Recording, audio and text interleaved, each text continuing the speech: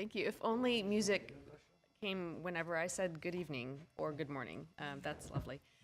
Thank you, everyone, for joining us. Good evening. Welcome to the Glendale Transportation and Parking Commission meeting. This is Monday, July 22nd, 2024. My name is Shauna Bonston, and I'm the chairperson for the Glendale Transportation and Parking Commission. Delighted to see folks in person out in the crowd.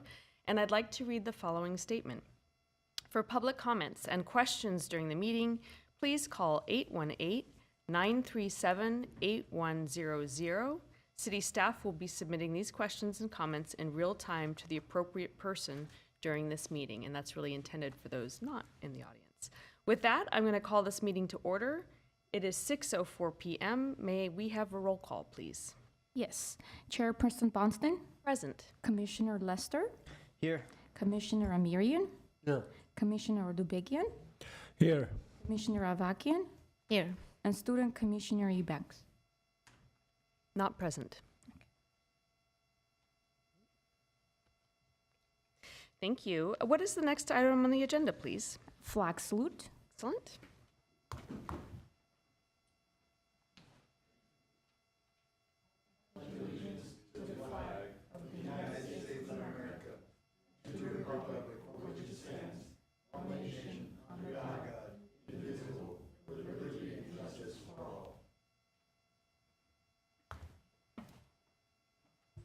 Thank you all. The next item on the agenda. Posting of the agenda. The agenda for July 22, 2024 meeting of the Glendale Transportation and Parking Commission was posted by Thursday, July 18, 2024 before 5 p.m. on the bulletin board outside of City Hall. Thank you. And the next item, please. Item number 3, approval of minutes. Approval of minutes for the Special Transportation and Parking Commission meeting of April 22, 2024. I'll move. I'll second. Well, actually, Roll what call. I'm telling you, I guess, is if there are no comments and questions, do I have a motion, one moved and one second? Go ahead, I'll roll move call. to approve the minutes. Should I do a roll call? Yes, please, thank Okay, you. Sure. Chairperson Bonston, Yes. Commissioner Lester, Yes. Commissioner Odubekian, Yes. Commissioner Avakian, Yes. Commissioner Amirian. Yes. Thank you. And the next item on the agenda, please. Item number 4, presentations. There are no presentations for this meeting. Very well. Next item, please. Consent items. We don't have any consent items at this moment. Thank you. And the next item. Item number 6, it's an action item, traffic calming and Adams Street, traffic calming at Adams Street and Schofield Drive. Motion approving the installation of all-way stop controls at the Adams Street and Schofield Drive intersection. Thank you. So this is action item 6A, and I understand we will have a staff presentation. Correct. Thank you.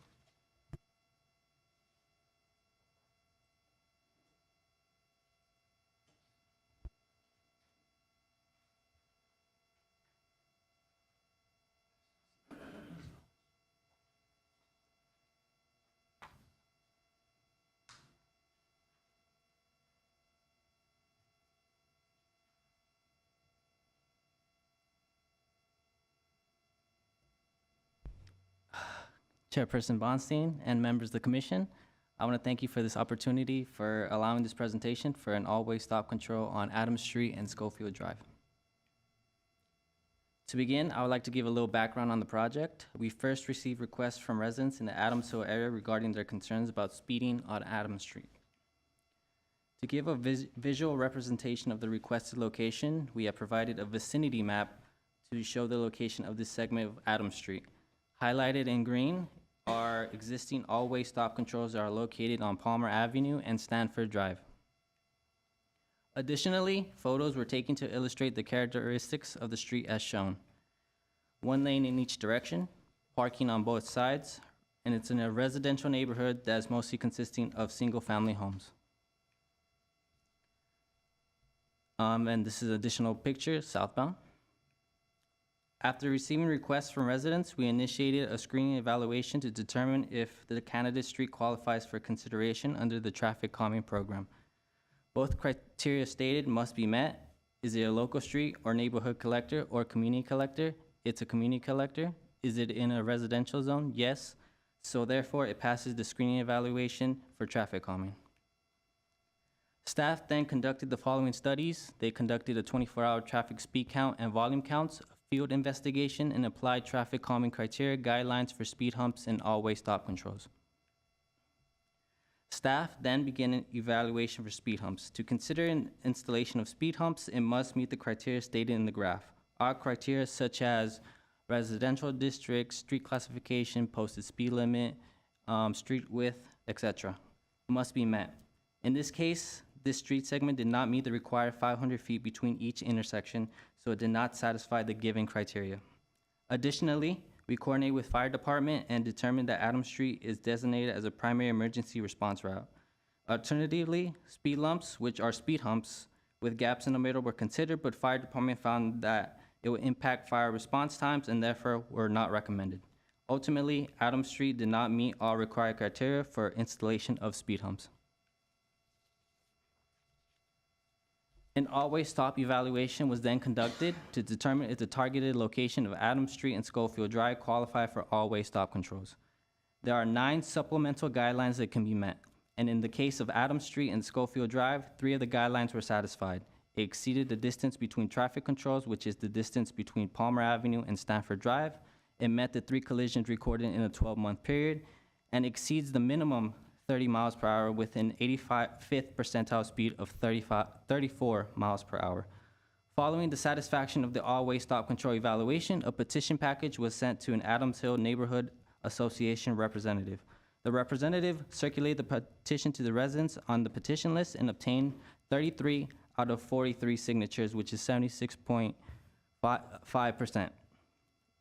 And it exceeds the required 75% as stipulated in the traffic calming program. To recap, Adams Street qualified for traffic calming measures. An engineering study was performed and found that it did not qualify for speed humps. The street, however, did meet the criteria for an all-way stop controls at the intersection of Adams Street and Schofield Drive. A petition was circulated, and 76.7% of the targeted residents were found to be in support of all-way stop controls. Our recommendation is for the commission to pass the motion to install all-way stop controls on Adams Street and Schofield Drive. As you see, the vicinity map is now updated with the location of the proposed installation of all-way stop controls on Adams Street and Schofield Drive, highlighted in red. And this is a photo of the existing stop control on Schofield Drive to help illustrate the target area. An exhibit was created to help illustrate the proposed changes at the intersection of Adams Street and Schofield Drive. The 2 proposed stop sign devices will be installed as shown. One on the north side and the other on the south side. Alongside the stop controls are the red curb that will accompany the stop controls. It is Public Works standard policy to install about 30 feet of red curb to help with visibility when approaching stop controls. In this case, 30 feet of red curb will be installed on the northwest side, and 20 feet of red curb will be installed alongside the existing red curb on the southeast side. A total of 3 parking spaces will be lost. Thank you, and I'll be glad to answer any questions. Thank you. I suggest that we go ahead and take some public comment. And I do have speaker cards. These are all I see for 6A. All right. Do we have any initial questions relevant to the presentation itself? I think I'm just going to hold off until I hear the public Great. comments. Thank you. All right, first up, Gary Ackerman, please.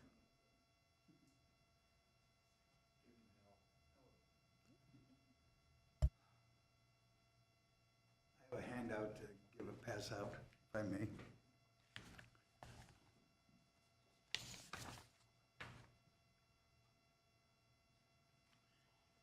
And there's one for you.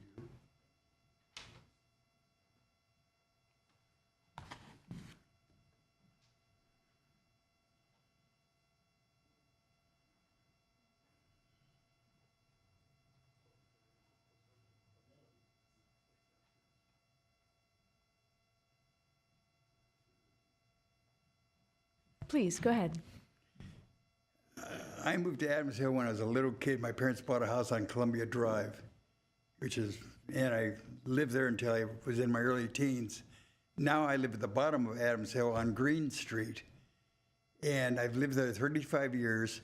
For me to get out of my area, if I want to go down Cottage Grove to Palmer, it's a disaster because the traffic coming from Glendale Avenue you can get hit very badly. And same way of going up Cornell to get onto Adams. I don't know if you really did a tour of that, you only looked at that side, but Schofield is a very wide street, the intersection entering Adams. Cornell and Yale, as you see, are very narrow. And you can't see, and if Schofield is almost at the bottom of the hill, so you're not really slowing down traffic. But if you did it on Yale, you would be instituting a slowing down, going down the hill, in the same way going up.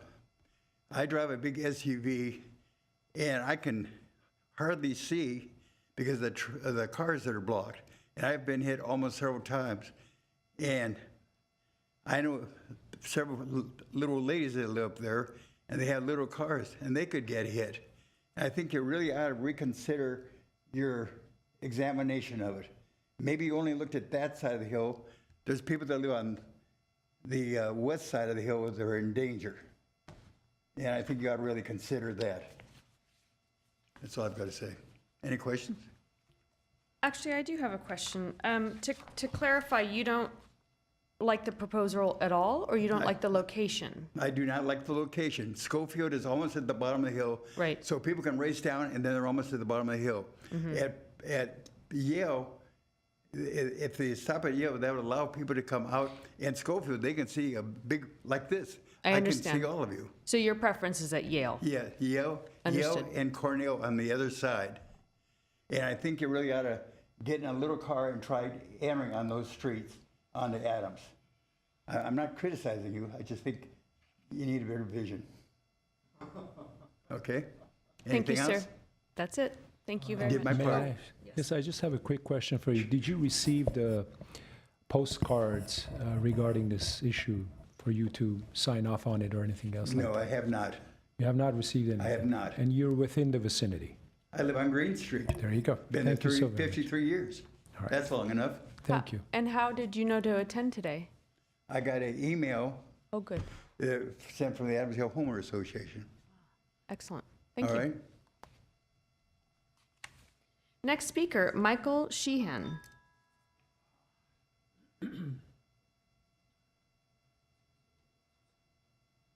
Everything that Gary said. I've lived on Cambridge Drive since 1986. And in the years that I've lived on Cambridge Drive, off and on, I have petitioned the city and gotten neighbors to sign on for a stop sign at Cornell to calm traffic going up Adams and to calm traffic coming down Adams. As Gary said, the sight lines from Cornell looking to the left down the street or to the right up the street are almost always difficult because the parking situation on Adams at Cornell, on either side of Cornell to the left or right, the sight lines are blocked. From your wonderful video, we see how wide the street at Schofield is and how sight lines are virtually, they're wonderful. You can see both ways. You can't on Cornell. And so my petition would be to you that if a stop sign, as Gary has suggested, at Cornell might be erected. I was in a meeting here a while back where maybe it was the same folks that you are, I don't recall, I beg your pardon. But there were a bunch of excuses as to why there couldn't be any stop signs on Adams.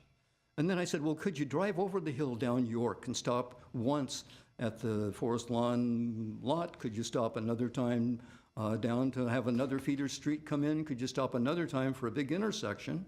And then could you go over to El Paso and drive that beautiful street, which is only slightly narrower than Adams Street, where there are speed humps and tables and stop signs and trees and street markings that make driving up El Paso and down El Paso with stop signs and so on a really comfortable drive. So I shop in Highland Park, and that's the way I like to drive.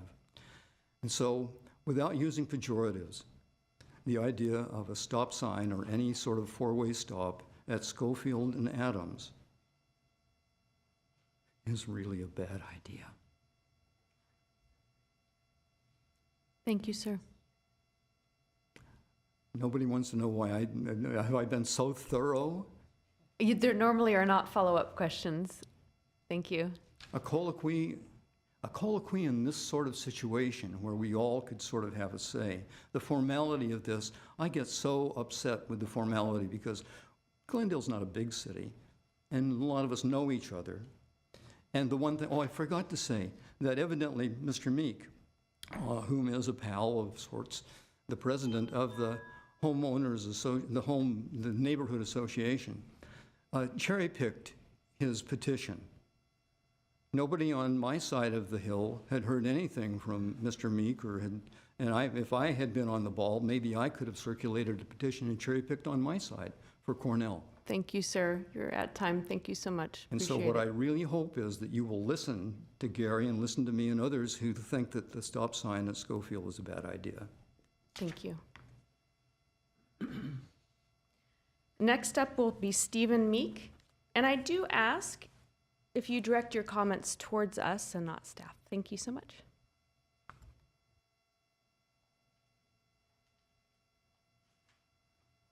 Welcome. Thank you, and good evening. My name, as you probably know already, is Stephen Meek. I'm the president of Adams Hill Neighborhood Association. We have been trying for years to get some semblance to slowing traffic, to get a stop sign on Adams Street. The traffic going up and down both ways is often too fast. There have been numerous accidents over the years. And we originally asked for speed bumps, and we worked with Public Works, meeting with them several times. You couldn't, as they explained, we couldn't get that speed bump and that sort of thing. We did petition for rumble strips, which when the contractor put them in at offset, so everybody was driving around them on the wrong side of the road, which is why they were removed very shortly. We then spoke with them again, and the Public Works checked into how Los Angeles was doing their stop signs and said we could do the stop sign. So they asked me to get the petition go out again, which I did, and we got the neighbors all on Adams Street, which is where we were required to get signatures. And that's where they all came from. And I am requesting that you do put in a stop sign at Schofield.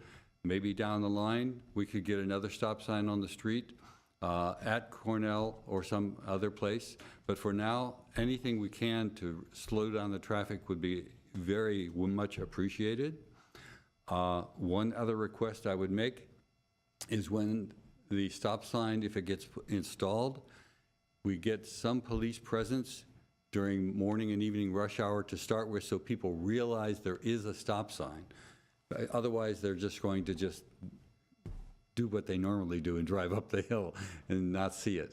Okay, that's all I had to say. Thank you very much for letting me speak. Thank you so much. It sounds like there is a follow-up question. How many members do you have in your association? Ingrid, about 120? 126. And did they all were informed of these changes that is going to happen in the street? Yeah, on our emails that we sent out and our Facebook page, we mentioned things. Okay. Now, we didn't have to get signatures from all those 120, only the ones on Adams. Okay, so the 43 is the one that you got? Yes. Okay, thank you. Okay. Thank you.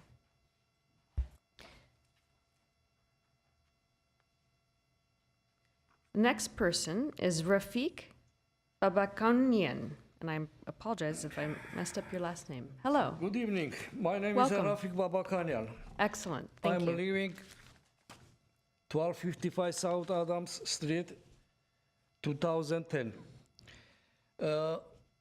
Yeah, and my family rejecting that stop sign when you already put that street. Why? Because when they put that stop sign, our family, or big family, we broken life, that's family. Why? Because all the time we can, from our drivers come to go to work, go to some places, because the streets, that's very small. When two cars stopping there, you can go to out. And after, when you come to home, again, you can go inside our home. That means that's a building, that house, you are broken. 3 times they making the meeting in the small, that's park. All the time we are rejecting that idea. But that's last time they sent me official that's letter, because before this we don't receive official nothing. Only this letter, and I come here, bring with me the letter, and I hope you can brighten, send me by decision. Anyway, that stop sign not helping nothing. Before stop sign, that street putting this small damper, but residents they can sleeping all the time. That arguing, I don't know. They taking out. Now they decide to put a stop sign. That's very dangerous over there. Very dangerous. Not helping stop sign. You have to, I don't know, think another.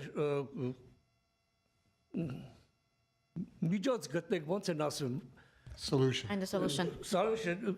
Take that question. Again, I am say you, we can go to outside in my parking in my home when putting the stop sign, and we can't go to inside my house. What's the mean? You have to break that big house, first put a stop sign. Sorry, I'm can trying to understand. locate on the map. Is it 1255 South Adams, you said? Yeah, Adams. That's 1255 South Adams Street. Okay. That's me. We are rejecting that one. I am more than 3 years I am fighting about that stop sign, but this time, seriously, I think they want to decide that question. I am also serious, come here and telling why we are thinking about that one. Thank you. You I are, have a letter. Can I give you? yeah, if there are enough copies for everyone?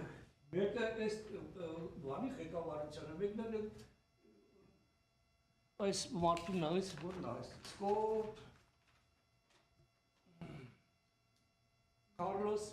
Carlos. First time I'm seeing that's a young person. Yes. Before him coming and other people. But the first time I see, I don't know what. Thank you, sir. Thank you. I'm so sorry. Do you have a clarifying question for him? I just want to clarify this with you, sir. So by installing the parking signs in your neighborhood, that will obstruct for your ability to get in and out of your house. Have quiet in the back. Sorry about that. Go ahead, sir. Oh, yeah. Can you translate this for him, please? So my question for you is that if the stop signs being placed next to his house, it will eliminate his capability of getting in and out of his house. Is that what he's referring to? Ասում են, եթե այդ stop sign-ը դնեն, այդ տեղը որտեղ որ հիմա իրանք ասում են, դա խոչընդոտ կդառնա, որ դուք մտնեք ձեր parking-ը, ձեր տունը, ձեր Million thousand. Yes, 1000% it will affect. I You have a, can go to outside, can go inside. Okay. That's it. I have a- So we'll abstract the. Yes, Okay, it will perfect. distract from him to go in and In out, and out of his house. property. All right. I have Thank a you. clarifying follow-up question. It's gonna distract because the stop sign is right in front of his house, or because of the traffic? Հենց ձեր տան դիմացա, հենց ձեր տան դիմացա այդ stop sign-ը, թե Անմիջապես side walk-ի շատ մոտ ուղիղ հենց իմ այդ երկու parking-ները որ կար, որ նշան։ հա, հասկան։ Chairperson Bronson? Okay. If we can have the speaker stay at the mic and then we can, staff will translate so that because we're recording the video. You speak into the microphone, sir. Որ խնդրեմ գնացեք միկրոֆոնով խոսացեք, Thank you. այդտեղ որ իրանք լսեն։ Հիմա ասեք, խնդրում եմ։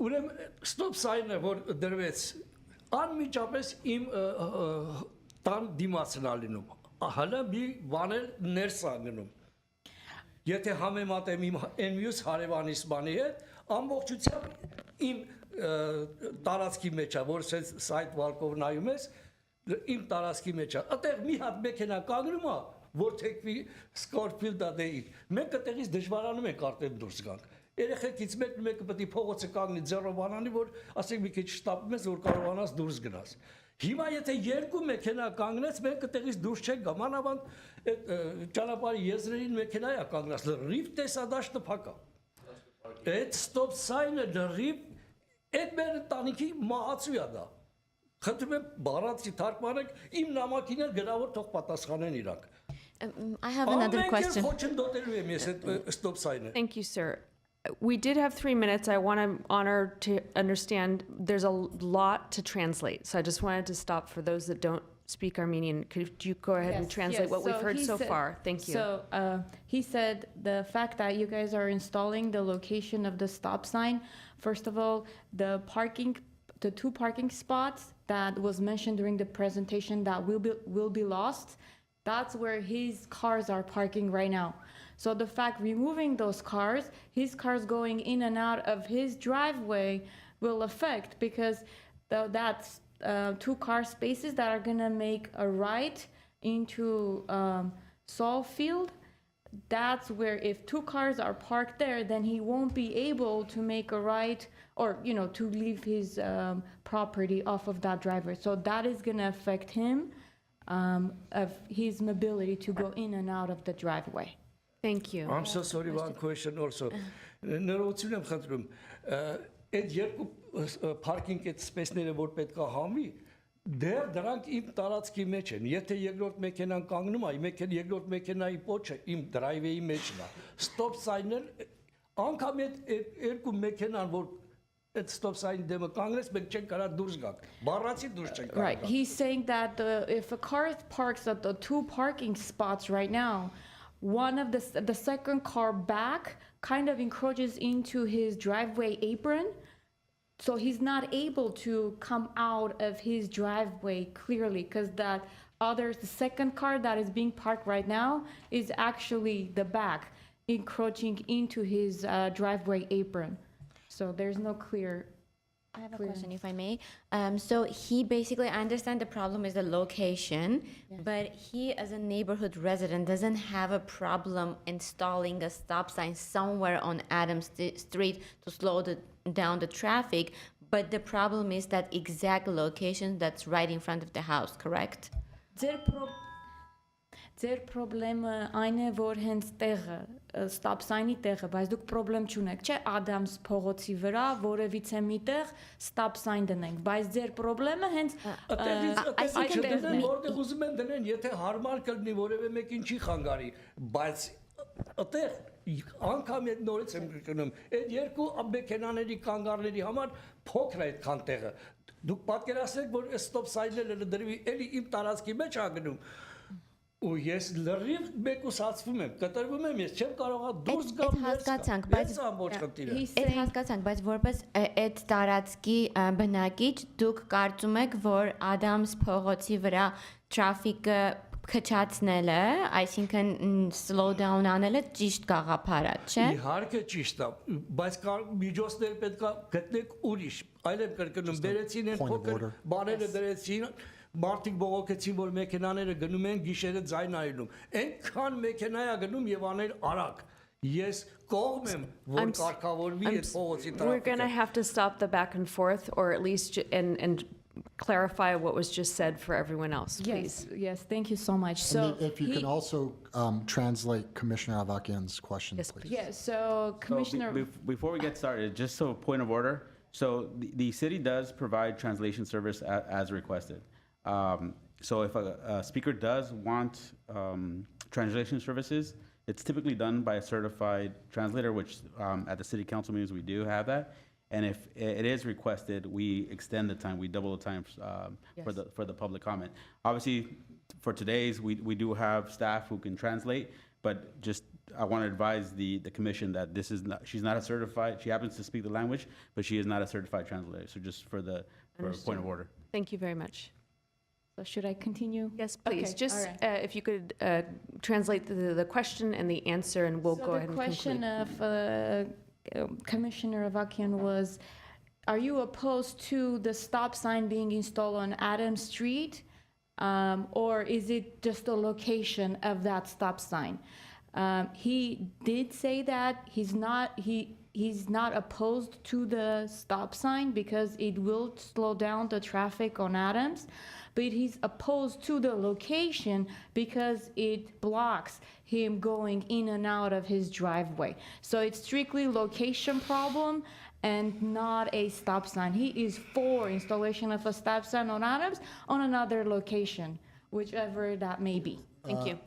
Chair Bronstein, if I just may add, he did specifically say that he's okay with stop signs as long as it does not impede somebody else as well. So he made that point, just to be clear, so that there's clarification that he wasn't just carte blanche okay with stop signs. He's okay with stop signs as long as they don't impede somebody else's ability to come inside or outside of their house. Can I ask a follow-up? Oh, sorry. Of him directly? If I Yes, could. please. Yes, just trying to follow along and understand as best I can here. So is it that the cars, so presently you're saying that a car is now extending into your driveway and preventing you from entering and exiting your driveway? Oh, sorry. It's not germane to why we're here. I'm a native English. Well, look, let me Okay, finish. sir, let me- please don't shout out from the crowd. Sir, please don't shout out. We'll allow you your time to speak. Thank you. I'm just trying to understand, we all need to understand here what's happening. So, right now, there's a parking place that's there, but there tends to be a car that is extending into the space of your driveway. So, well, what's not clear is that if the problem already exists, how does changing that configuration, how is this going to, basically, if it's a pre-existing problem before any stop changes was added, how does that affect it? Isn't there, if the parking is going to be removed, won't that solve the problem of somebody blocking your driveway?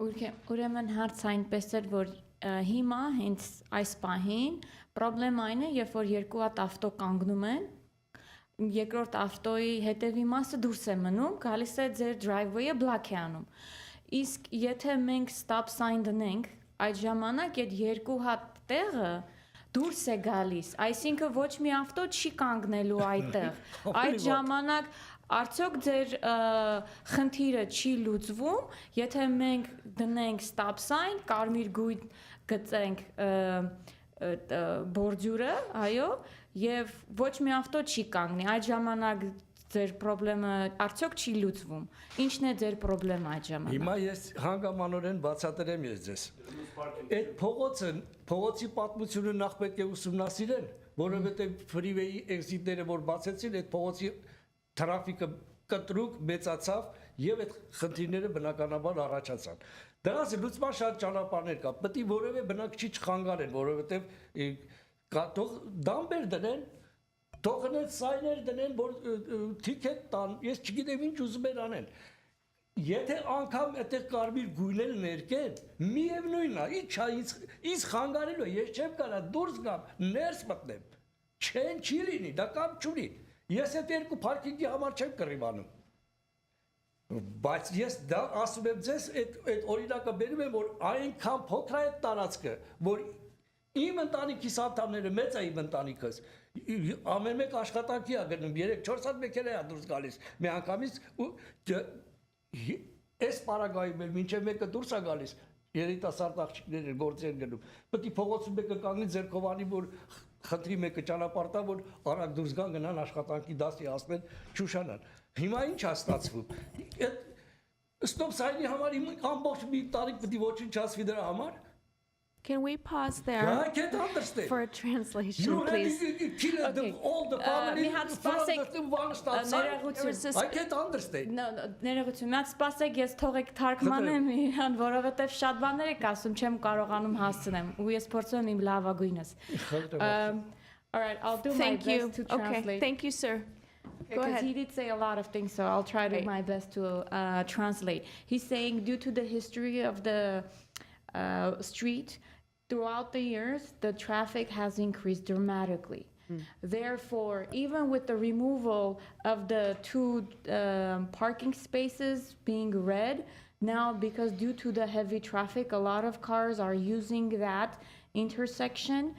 If there are two cars parking, waiting at the stop sign to make a turn either left or right, it's still gonna block his driveway for him or any of the family members because he has extended family members to come out. So his concern is the queuing. It's not the parking space per se. It's basically exactly the location of the stop sign. Thank you. And You may sit. Thank you so much. Appreciate Thank you it. very much. Sorry when I a little more speaking the very high. I'm so sorry. thank you very much. So Chairperson Boston, if I may, so obviously the commission is within their right to ask clarifying questions, but just know that that also can lead into adding additional time and opinion. So if it's clarifying questions, you guys are within your right, and obviously it's at the discretion of the commission and what you guys want to ask the commission. But obviously, as we witnessed, it could continue. The conversation can continue. So we just advise the commission if you do have specific questions, staff is also available to answer questions pertaining to maybe site distances in terms of locations, why we did what we did. Yes. But obviously, to get the speakers' comments and for you guys to truly understand what their position, clarifying questions are welcome. But obviously, we could see what could happen. Thank you.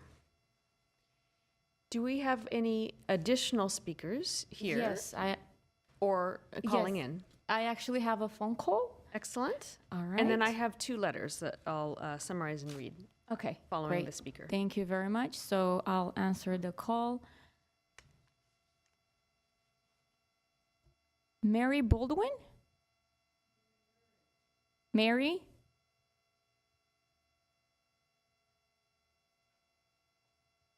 Hello? Hello, Mary, can you hear us? Oh, yes, I can hear you. Am Okay. I on speaker? Yes, you are. You have 3 minutes and you may start right now. Thank you so much. Thank you, commissioners, for taking my call. I have a lot to say, but I'm going to do it in a hurry because we just spent a lot of time on someone else. I have lived in this neighborhood since the 1950s. I'm a longtime resident. I live way up on Oberlin, but I am also on the neighborhood association. When all of this started, we have needed a stop sign forever. So I went around and did my own petition. I got about 135 signatures, mostly on the east side of Adams, Yale, Green, Princeton, Oberlin, Palmer, Tyler, Adams, and Schofield. I turned them into the neighborhood association, so they're floating around somewhere. but we also found out that we only needed to get signatures from Adams Street. So I have them, but I did learn a lot. There was only one person that was, again, out of those 135 homes, there was one person that wanted no stop sign, nothing. There were two people that would consider a roundabout, but they thought it would be problematic. And the overwhelming majority was people wanting a stop sign at Schofield. There was chatter about Cornell, which is problematic. There's a sightline problem. But overwhelmingly, everyone thought Schofield was the very best possibility for slowing down the traffic, especially on the way down to the toddler park that's at the bottom of the hill. Now, I've lived here long enough to have people go airborne over the top of the hill and have people crash into the market at the bottom. So we definitely need something. And by the way, the overwhelming against the rumble strips, that was kind of a mistake. But that's really what I came out with after 135 signatures. And I did not go to the west side. I had started to go, but it turned out that it was going to be unnecessary for me to do that. And I'm happy to do that again, but you guys are going to have a decision. The one person I think that did not want one was the gentleman who just spoke, but I think most of it was that he had a lot of cars, and his driveway was full, his yard was full, and he didn't want the parking spaces taken out from the red that would be painted near his house. So that's my take on that. And I cannot wait to have a stop sign, hopefully with a crosswalk. Oh. Go ahead and finish your sentence. Thank you. And anyway, hopefully with a crosswalk, and the overwhelming majority of people, except for two, wanted Schofield. So thank you very much. Thank you so much for calling in. Thank you. Bye. We do not have any calls. Okay, very well. I do have two letters. One was submitted by the gentleman earlier, and this is from Lucine Babakian. My daughter. Your daughter? Yes. Okay, and she's at 1255 South Adams. Is that also your address? Yes. I understand. And so she repeats your comments as well, concern about the stop sign in that location preventing vehicular ingress and egress or exit from the property. Thank you. I have another letter from Stephen Perkins, who is a resident on Adams, a safety professional, cannot attend, and has been concerned about vehicles going very fast, public safety concern, and essentially the bottom line, any minor inconvenience of the loss of a few on-street spaces is outweighed by significant public safety issue caused by reckless speeding. So it sounds like he is in support of it and concerned about reckless speeding and many attempts by residents to ask for traffic calming devices, and this being satisfactory to that. Thank you. Myself. Thank you for him for writing this. So I think with that, we have all the public comments. And at this point, if there are commissioner comments and questions to staff, that would be appropriate. I don't need to begin if someone else does. I'll begin, no problem. I do have some questions. The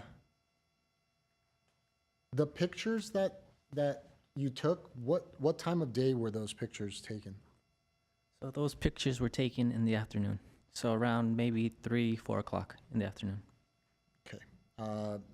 Just the reason I'm asking is so that the commissioners have an idea of what, the parking situation might look like relative to what time you took the pictures.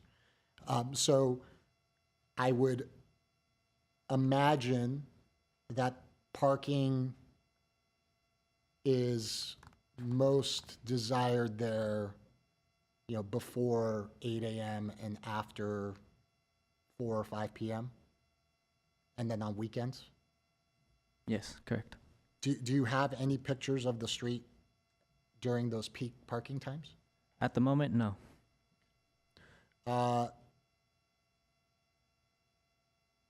What's the policy regarding signatures for stop signs on streets when they potentially affect feeder streets? Just so that I can understand what the reason was that the signatures were limited to the residencies on South Adams. So our policy is to go 500 feet in both directions, opposite directions. So 500 feet north, 500 feet south. And if it stops at a mid-block, then we go to the next intersection. So in this case, we stopped at Crescent Drive and Princeton Drive. And then generally speaking, what's the reason that some of the feeder streets that might be affected by the stop signs or lack thereof aren't pulled? So it's a difficult decision as this street is a very big street. It's a main street. It connects the city of LA, the city of Glendale, so it impacts everybody. There's a lot of side streets in this area. So in terms of deciding who to choose, it's a difficult decision as it impacts a lot of people. It potentially impacts everybody in Glendale. So for now, our policy is 500 feet in one direction, 500 feet in the opposite direction. This is a new implementation of stop signs for traffic calming. It was recently implemented last year. So right now, this is our current policy. And then in terms of verification of, signatures and households, how is that done at the city level? So we call around maybe 10 residents to confirm if they are indeed living there. So I called those residents and they picked up and they confirmed that they did indeed sign the petition. In terms of determining the location of the stop sign, is that simply dependent upon the initial request made? I'll let you answer that before I ask the follow-up to that. So there are many factors, and we had several target locations. And for this question, I'd like to defer to our traffic engineer, Mr. Pastor Casanova. Is there a button? Just automatic. Okay. Good evening. No, not for staff comments. No, please, take all night. Go ahead. Good evening, Chairperson Bonston and members of the commission. So as Mr. Cortez was mentioning, there's several factors that we considered in this case. Obviously, this new stop sign policy is new to the city. In fact, this is the first location that we're trying out under this new policy. And the way we performed the analysis is that we looked at the entire stretch, and there were 3 streets that potentially could be good locations to put an always stop. And those were Schofield, Yale, and Princeton. I'm sorry, let me back up because I don't have my... Cornell. Yes, it's Cornell, Schofield, and Yale. So those are approximately midstream between the 2 existing stop controls at Stanford and at Palmer. So as we looked at those 3 streets, we also look at this from the standpoint of pedestrians potentially being able to cross easier with an always stop. And in looking at those 3 streets, Schofield is the only one of those streets that's a little bit wider and also has sidewalks on both sides of the street. So that would make an always stop also a little more visible to drivers as they're approaching, because the other 2 the other 2 streets are much narrower and don't have sidewalks. So there were other, in this particular case, there were other things that we considered besides just the speed on Adams, but also how can this proposed always stop location serve the community the best? And again, by putting an always stop with Schofield having the sidewalks on each side, the first phase would be the installation of always stop controls, stop signs, limit lines, keeping it at a minimum.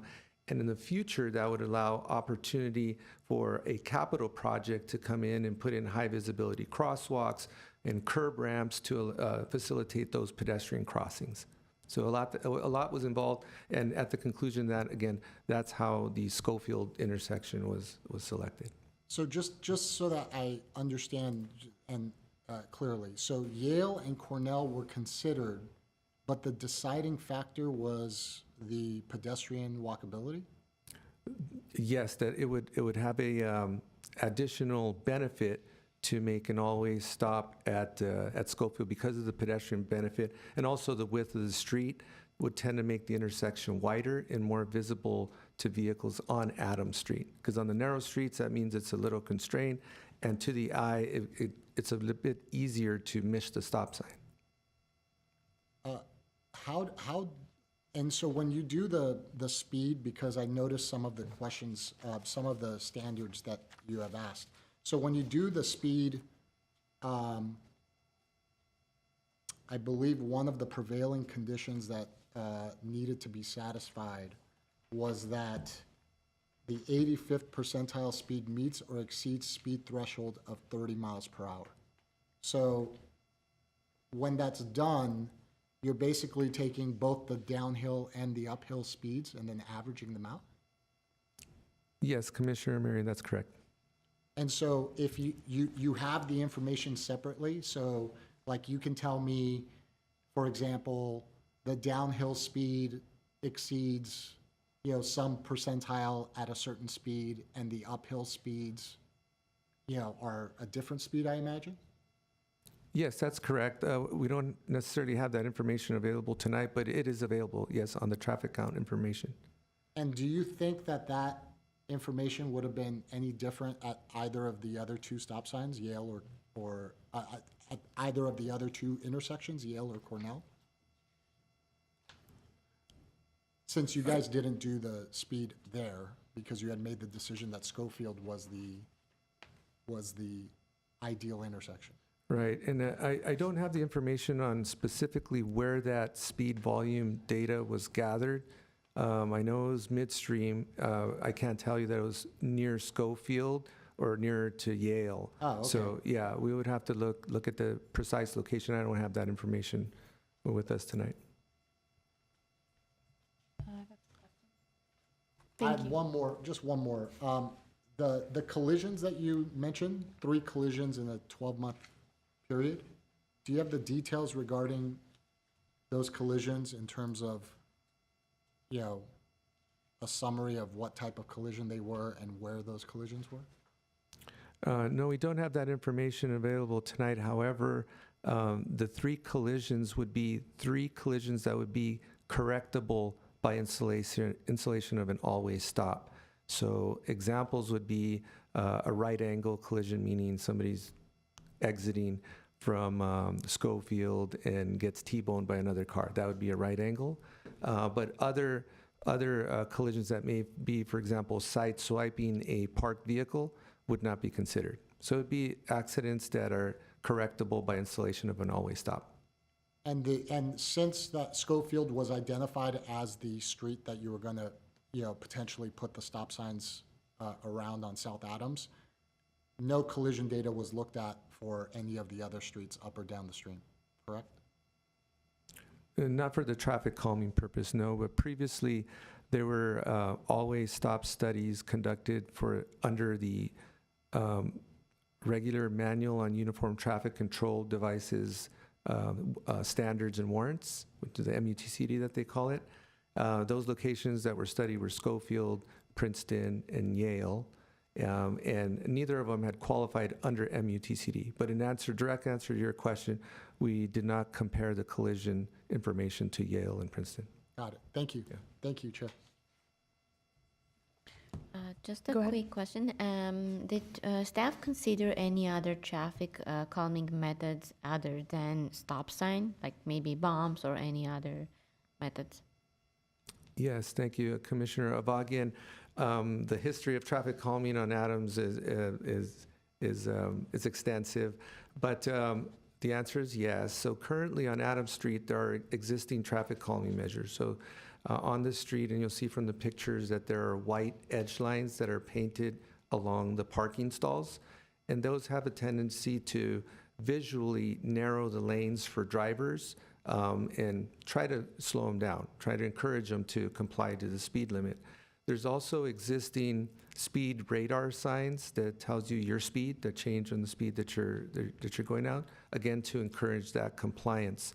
About a year ago, I think it was, possibly two, the Public Works implemented a pilot program to install a test, per se, of a traffic calming measure. And they were composed of thermoplastic rumble bars combined with raised pavement markers to basically vibrate a car as they were approaching both northbound and southbound on Adams. We work with the resident, the community representatives, and went out to petition, got the signatures, but we installed it, and the devices were a lot louder than anticipated. So immediately we heard from the community, and those were removed within about a 2-week time span. So we're trying out new things. Speed humps, you mentioned, and I believe it was mentioned in Mr. Cortez's presentation that Adams Street is an emergency response route. So we coordinated closely with the fire department. Speed humps or even speed lumps that have the gaps between the bumps to allow emergency vehicles. Both of those were thought by the fire department to slow down their response time significantly. And in this area of Adams Hill, one of the problems are that Adams Street is really one of the main resources for the fire department. There's no other alternate parallel streets for them to serve the community. So their response or their feedback to us was that they highly preferred not to use speed humps or speed lumps because of the response time. Thank you very much, Mr. Casanova. I just had a question in looking at Exhibit A, which shows where Schofield and Adams intersect, and it kind of highlights the red curb that will be painted. It does note, right, it has in front of address 1259 and 1255, but it shows where the red curb will be, and it says 3 parking spaces will be removed. In looking, there seems to be more. Where are the 3? Let me ask, and then. Can I also ask a perhaps engineering-related question, which is, I'm noticing in front of 1259, there's a red dash, which I assume is a red curb. And out of curiosity, if that's a 3-way stop, why does that get eliminated as parking? Perhaps it's visibility. I'm sure there's an explanation that I just don't know, but as a standard practice, why would that be eliminated if it's not someone approaching the stop sign and queuing? Or am I misreading the map? That was a lot of questions in one. No problem. Chairman Bonstein, on Exhibit A, that's on what you're seeing, as well as the presentation, the dash red marks are existing red curb. I see. Yeah. So those are existing, and then the solid red bar is the new red curb that's being proposed. I see. So Yeah. the reduction, 1259 already is not permitted to have parking. Correct. It has existing red curb. Oh, I didn't understand that. And for Okay. 1255, essentially there's no red curb there, so there's 30 feet that's required in advance of the stop bar to be able to see the stop sign, to make sure cars don't park in front of the stop sign.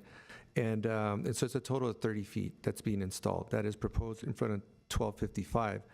On the south leg of the intersection in front of 1264, there's an existing amount of red curb there of about 10 feet. So we're adding 20 feet of red curb, and that would eliminate 1 parking stall. And there's still some area still that remains for parking for that particular leg. Thank you. I understand now. The dash means existing and the red is new. Thank you. Please. Pastor Casanova, on 1264, currently there is no stop sign, correct? That's correct. All right. And you said that there is already red curbs in there. Isn't that distance enough for a stop sign to be placed without removing the parking stall? I mean, not to take the one that you put the solid red. Is it necessary to have that portion to be out as well? The standard practice for the department is to put in 30 feet in advance of stop signs. So we try to maintain that consistency citywide, so that drivers can have that visibility of the stop sign. I just came to my mind, I have seen those lighted stop signs that it's been placed throughout Glendale. the solar lighted stop signs, would one of those eliminate the need of removing the extended, the 20 feet that you're referring to? If instead of a regular stop sign, you put one of those lighted stop signs that, you know, people can see from far, would that allows that parking stall to be there? I mean, does that help at all? Commissioner Urdubegian, that's a good idea. However, the issue that we encounter and the reason for the 30 feet are the taller vehicles. So you could have make an example, an extreme example of a FedEx truck or even a commercial vehicle that's tall, and those can block the stop sign, whether it's blinking or not. So the 30 feet is just that comfort zone so that if a driver is approaching it at the speed limit, that they'll have that additional visibility and not be surprised by the stop sign. I know, I'm very familiar with that area, and I'm thinking if there would be some sort of a lighted stop signs that illuminates at night, because the problem is that a lot of people drive really fast at that place. If the lighted signs are there, maybe we can start with that if there is a possibility of implementing something without encroaching on the parking stalls for the members, for the citizens over there. Is it worth doing that to see if that will calm the traffic down, slow everybody down? Then at that point, if you need to add the additional red curb, then maybe, you know, I'm just trying to come up with some sort of a solution before we go just put regular stop sign, that it really doesn't help because that place is dark and people drive really fast. So would that be something that maybe there's a possibility for it? All right, Commissioner Urdubegian, again, those are great ideas. As a department policy, we still put in those 30 feet of red curves. If we don't, it could potentially lead to not only problems with drivers, but also possibly liability issues if we're not consistent. Another thing to note that we found really lessons learned, and we have a lot of lessons learned, in a location where we put in the blinking stop sign, that it could impact residential areas because they're blinking. There are some special ones that detect on the approach, others that don't, but certainly something to consider in residential areas. Thank you. Thank you. Can I just add on? I had a very actually similar reaction and question about that, like the necessity. We have a concern about the parking in front of 1255, and I mean, I understand, like, as a general principle, the 30 feet, but I mean, just looking at it, I see a three-way as opposed to a four-way stop, and it seems like those sight lines that usually the red curbs sort of guard, it seems like it might be slightly less important when you only have a three-way. In other words, what angles would be obstructed by letting the parking remain there? I guess I'm just saying, my question is just like, is this a possible case where there could be some flexibility? Commissioner Lester, yes, to clarify, the red curb and the visibility is not for cross traffic, but rather for visibility of traffic approaching the stop sign and not allowing a tall vehicle to park, say, in front of the stop sign, and the driver would not be able to see the stop sign. So it's to provide the visibility of the stop sign, not of cross traffic. You mean like a delivery vehicle stopping in the right-of-way? No, it would be, the example would be a delivery vehicle parking alongside the curb directly in front of the new stop sign. So the stop signs are installed approximately 2 feet behind the curb. So blocking visibility of the sign itself? Of the sign itself, yes. That's what the 30 feet is for. There's also a a painted stop on the street as well, though, right? Yes, typically there is, but the regulatory sign that they have to see, or the regulatory part is the actual sign. That's what requires them to stop. Thank you. And last question for me on this, just following up, why is there no red on Schofield before the stop sign? Is it because the driveway satisfies the 30 feet? Yes, that is correct.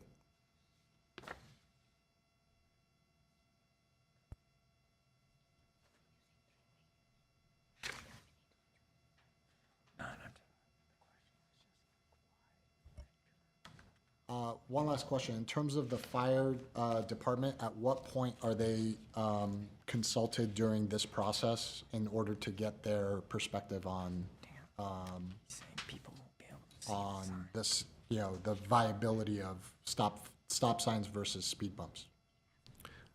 Yes, Commissioner Marion, we had contact with them as early as last week and had a face-to-face meeting to go over the proposed traffic calming measures, discuss some of the backgrounds, different options that, and prior coordination we've had with fire department about the speed humps, the speed lumps, and what we were proposing.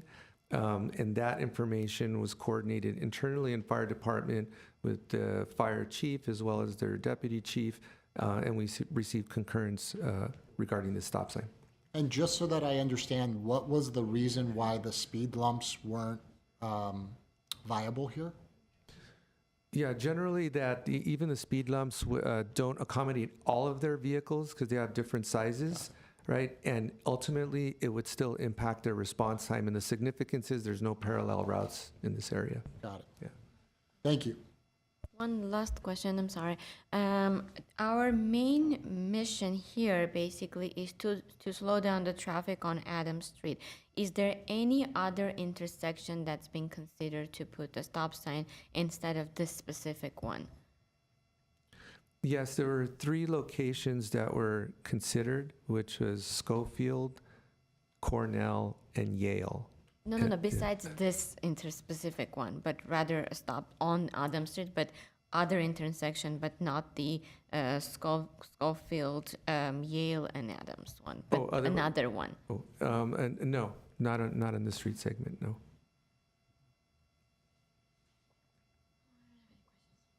Thank you. Then perhaps we are ready for a vote. A motion. I need to rebut some of the stuff that's been said here. I'm sorry, there's not a rebuttal moment. When there's a 15-minute advocacy and the business of our neighborhood is at stake, it's important for the neighbors to have an opportunity to say something. I believe public comment is closed. Chair Bonston. Yes. Thank you, sir. We have heard your comment. If you vote this up without the neighbors really being notified. Sir, I do ask that you not speak out of term. Before how Gary got here, I received Sir, nothing in please. the mail about this meeting, and I resent that I'm an English-speaking person and don't jump up and scream around about my problems and get extra time. And I would like for you to reconsider this, have another meeting, notify the neighbors, please, and give us an opportunity to have a say-so in a way that is appropriate for you. Please note that is not public comment, and we are ready to make a motion. May we actually give feedback before we vote? Yeah, like have a discussion? Yes, please. Should I go ahead? Okay, so I just wanted to share my opinion and feedback. I actually have lived around that neighborhood up until 2017. First, I was living in 627 East Palmer, then on the Mariposa Street. So I'm very familiar with it. And in fact, I actually was a victim of speeding on Palmer Street, and I got into a car accident on 2007. And they were bumps or humps, I don't know what's the right way to say it, installed right after that. And I believe my accident was one of the reasons. There were another ones too. And then it actually significantly slowed down the traffic there and it improved it. Adams Street, yes, I have noticed that. I don't live there now, just to clarify. It was up until 2017. So the Adams Street, I noticed a lot of speeding is happening there. I agree, as a resident of City of Glendale, long-term resident who has lived in multiple places in Glendale, that there has to be measures taken care of to calm down the traffic on Adams Street. But taking into consideration the fact that at this point we are literally harming the interest of a resident in Glendale, I would strongly recommend that if we could find another intersection, maybe on Adams Street, to not jeopardize the lifestyle of a resident that's living on 1255 South Adams Street. So that would be my opinion. Yes, strongly believe that there has to be a traffic calming measures taken on Adams Street, but I would probably not agree with this specific recommendation of staff. That's it. Make a comment.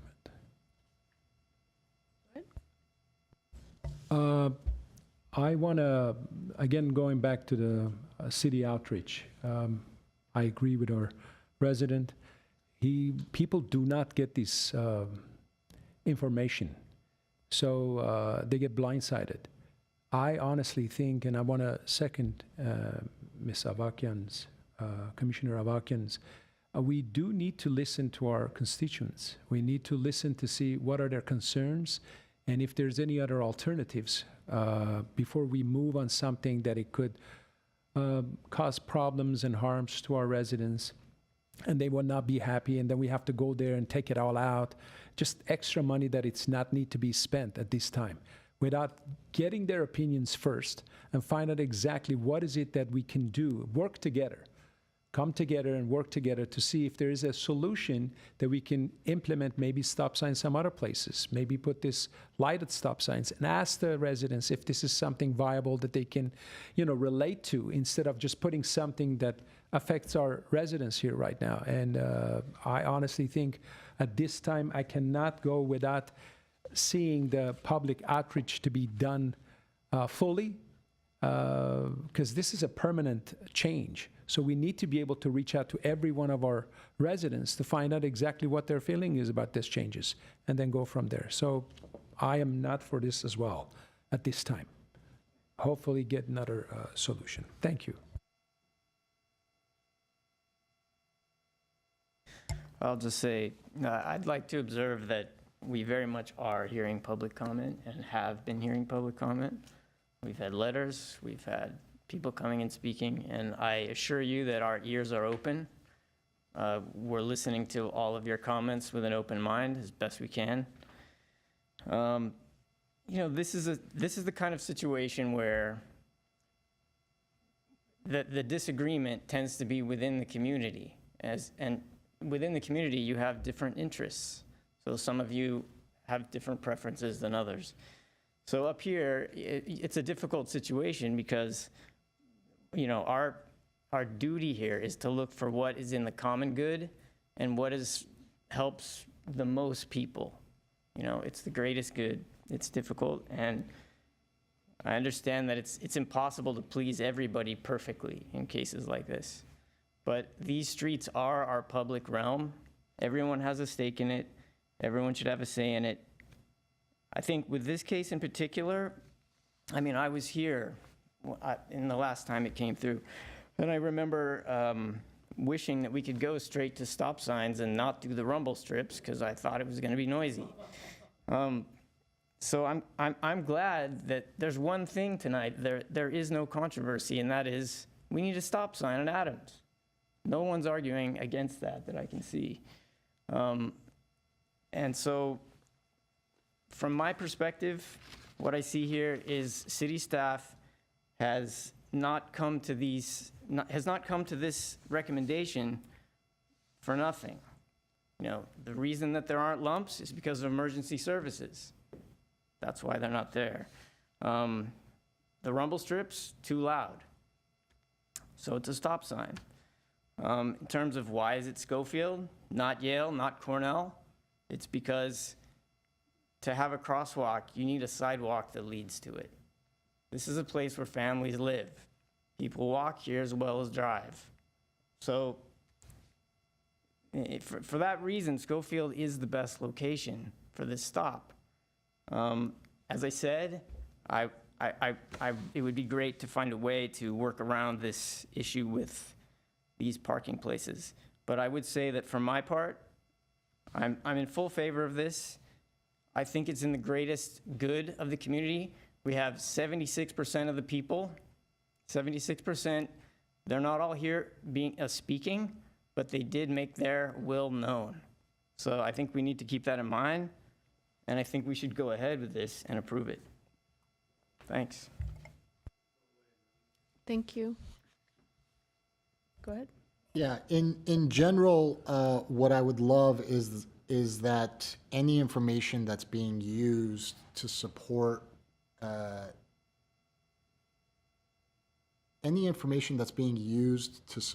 conclusion by staff be available during meetings. And I think the big reason for that is, number one, I really, really hate making decisions without all of the information available. It may seem that the information, the questions that I'm asking, aren't the primary or secondary considerations, but it really helps for me to have a really complete picture. Just visiting the neighborhood, I can see where the rumble strips were, for example. And those rumble strips were primarily placed closer to Yale and Cornell, I believe. In fact, there's one just before Yale going down the hill, so north, and one after. And I believe there is a sidewalk, there is a kind of an handicap accessible sidewalk entrance on the east side of South Adams at Yale. Am I right about that? I'm not too sure about that. I would have to look at the picture, but the pictures that we provided show a little bit of Adams Street, and in the pictures provided, there also shows the rumble strips as well that were taken out. So When the rumble strips were placed in, how was it determined for that location to be where the rumble strips were put in? so for that, I was not here with the city of Glendale at that time, so I cannot speak on that. I think I can offer some clarity. So on the rumble strips, we put those just in advance of the existing speed radar signs. So the thought was to alert drivers when they're driving and just call more attention to the speed radar signs. That's like right after Yale headed down the hill. Yes, the rumble strips on the south end were close to Yale. Near that speed radar sign, and then on the north end, they were north of Schofield, I believe. Again, near the existing speed radar signs. And your question was relating to Yale, if there are crosswalks, is that correct? I believe on the north, on the southeast side of Yale, it appears to be a compliant, sidewalk entrance. Is that right? Yeah, I try to look it up right now. I don't see that information. You're not saying that there's sidewalks on Yale, but rather some sort of curb ramp for accessibility? On Adams, right before Yale. Yeah, I can't say specifically for Yale, but what I do see the pattern on Adams Street is that there's curb ramps to allow pedestrians that are walking along Adams Street to continue walking along that same side of Adams Street to accommodate the sidewalks. In and out. I got it. Yeah, so that would be a curb ramp at the intersection. But again, to cross the side street or cross Yale in this case, and stay on Adams. Got it. I pulled up a satellite image, and it says he's describing. Right, it's on Yale. Yes. Yeah, it's right off of Yale, right before Yale. Yeah, I'm just going off of my memory. Just in general, it's really hard. I mean, it's just really difficult for me to. I understand the purpose is to slow down speeds. I know just from history and having lived in Glendale as long as I have that there have been attempts to slow speeds down on Adams for years, including police intervention. I understand that. I'm just trying to understand the process in general when determining where the best place to put a stop sign. I get that there's a request that comes in. And what I'm wondering is, was the request specifically asking for these stop signs to be around Schofield? Or did the city determine that Schofield was the best place for this? That's where we'd have to look at the data, but where we got the data from in between the existing controls was closer to the location of Schofield, but somewhere in that area between Schofield and Princeton that it was taken. But there was no specific request to address Schofield in itself. It was selected for the reasons that were brought up previously. It's a wider street. It has existing sidewalks and would be potentially a better crossing point than the other locations. Got it. Excellent. Can I add one thing? Go ahead. I also, maybe it's me, but I thought I remember hearing the person who called in, who collected the signatures, say that among the people in their discussion, they liked Schofield. That's what I heard. I have some important information for you that I really need to share. There's an anecdote of a person that's lived on Cambridge Drive for 38 years, having spoken with Wayne Coe, an engineer who said, well, we Chair can't put a Bonston. stop sign up because Yes, it's, sir. The speaker is out of order. it's not legal. Indeed, there is not public comment at this time. Thank you. $9,800 were spent on radar signs that are blinking, slow down constantly. Sir, There are Sir. handicapped sidewalks. sir, as that are indicated by the now. city attorney, you're out of I order. live in this community, and I want for you to not pass this now because the neighbors need to be informed, and we have Sir. not been informed. Sir, the time for public comment has passed. Obviously, the commission has taken all the comments under consideration and will move the item accordingly. Thank you. I have a couple comments. I do, in kind of hearing the comments from the other commissioners, I do feel that the location of Schofield is compelling based on the information that was shared. I think there was thoughtful consideration. There certainly has been a reflected need for traffic calming, and it sounds like there's been multiple efforts over the years. The best that we can do is try for something. Again, I do think that's an appropriate location given the existing infrastructure. It's unfortunate to take anyone's parking space out, particularly right in front of their house. That certainly sounds irritating. I'm also just noticing the public need for a reduction in speed generally, and it's unfortunate that it comes down to precise locations. And even if we went with a different location, such as Yale or Princeton, anyone in that location would also have the same impact. Just noticing that there isn't a solution in which there isn't a house that is eliminated from having parking reduced if 30 feet is the standard. It also appears to me, while we do hear comments, that the outreach seems appropriate to what staff has often communicated as the outreach. And I wonder if we felt there should be different protocols, that's also a broader conversation. And perhaps it's not just transportation related items as well, but a broader understanding of what the expectations and dedication to outreach is. And then I also just have a comment too. It was interesting to hear that I know I'm spacing on their name, the rumble strips. Thank you. The rumble strips were removed and didn't work. And I think that goes to show that sometimes we try things and they don't work. And it's unfortunate that they cost money to do that, but that is part of the practice of best understanding how to solve for problems. That is really helpful to hear as commissioners when something doesn't work. And so I would encourage us, within this organization, within the commission, to hear on occasion feedback, something that we have as a commission reviewed and had decisions or recommendations on, to hear any feedback if that's working or not.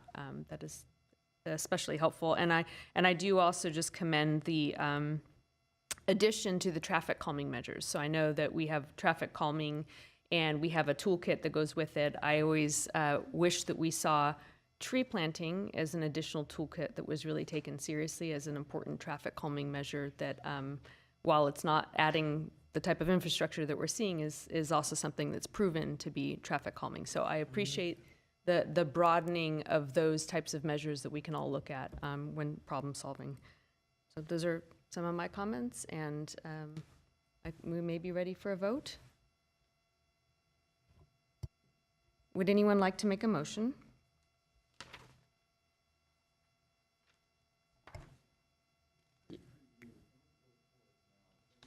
Yes, I would like to make a motion that we pass this. So that is a motion approving the installation of all-way stop controls at Adam and Schofield Drive intersection. Yes, that's right. Thank you. Sorry. I will second that. Roll call. Chairperson Bonston, Yes. Commissioner Lester, Yes. Commissioner Ordobigian, No. Commissioner Avakian, No. Commissioner Amirian. I will abstain.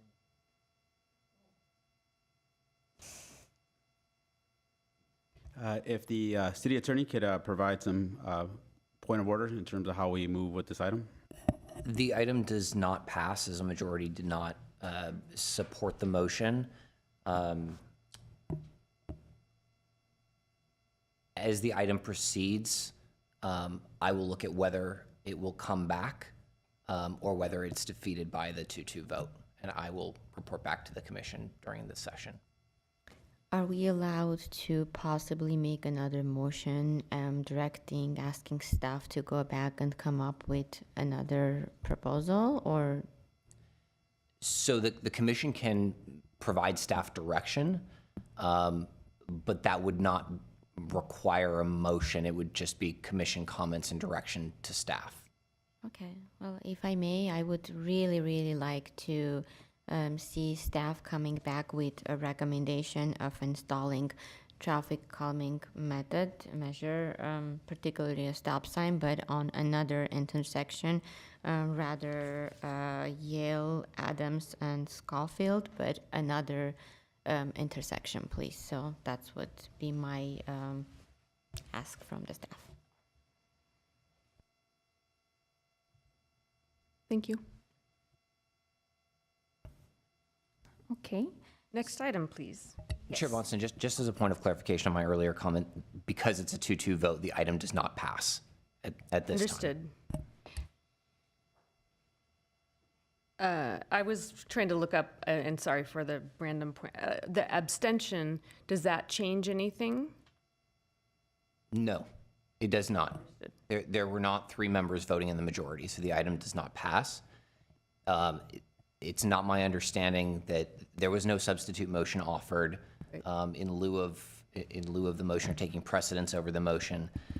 If Commissioner Vagian's request is simply that, if it's the consensus of the committee to have staff come back and explore it, staff can agendize the item for a future discussion, but this particular item was on the motion that was on the agenda, which was defeated by the vote. So we could make another motion, say, to look into studying Yale. No, because, Commissioner, because that, we can agendize the discussion for a future meeting, but the motion that was up for consideration was defeated, and there were no other alternative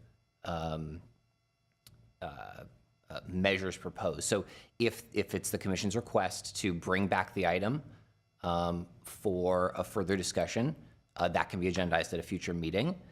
If there had been a substitute motion other than to adopt the 3-way stop, the commission could consider that. But beyond that, other motions germane to the item could be considered. Yes. So the substitute motion would have had to been made before. Commissioner, just as a point of clarification, the commission can take action germane to the item on the agenda. So a substitute motion could have been offered, But if the commission wishes for staff to conduct further analysis, the request is simply going to be to agendize it for a future meeting. And that doesn't need to be a motion. Was that your request? Yeah, technically my request was, my request was, to do a further study and come back with the another intersection recommendations. So that's my request, if you want. And you're saying that a commissioner making a request is different, the whole commission votes on that as a request. Is that not, no, it doesn't sound like that's what you're saying. It is my understanding that what Commissioner Vagian is asking for is for staff to return with potential alternative traffic calming measures other than the three-way intersection that is proposed, this specific three-way intersection that was proposed. That is correct. And it's not on the agenda, so therefore we have to take it up It's in not the on the, future. traffic calming measures other than at this intersection aren't on the agenda. Yes. That would be brought back in a future agenda item for a future commission meeting. Understood. And that does not require, you're not taking action as a body, you're simply asking staff to come back and provide you with a report on possible traffic calming measures. And any given commissioner can make that request. You can make, any member of the commission can make the request that staff report back. That's helpful to know. Thank you. Okay. May I move on? Yes, please. Next Okay, item. thank you. The next item, 6B, is traffic calming at Salem Street between Chester Street and Kenilworth Avenue. The motion approving installation of 2 speed humps on Salem Street between Chester and Kenilworth Avenue. Thank you. And we will start with a staff presentation. Yes, so we would like to invite Mr. Pastor Casanova, our principal civil engineer. But before he starts, I failed to introduce Carlos Cortez, our civil engineering assistant on the last item, so my apologies.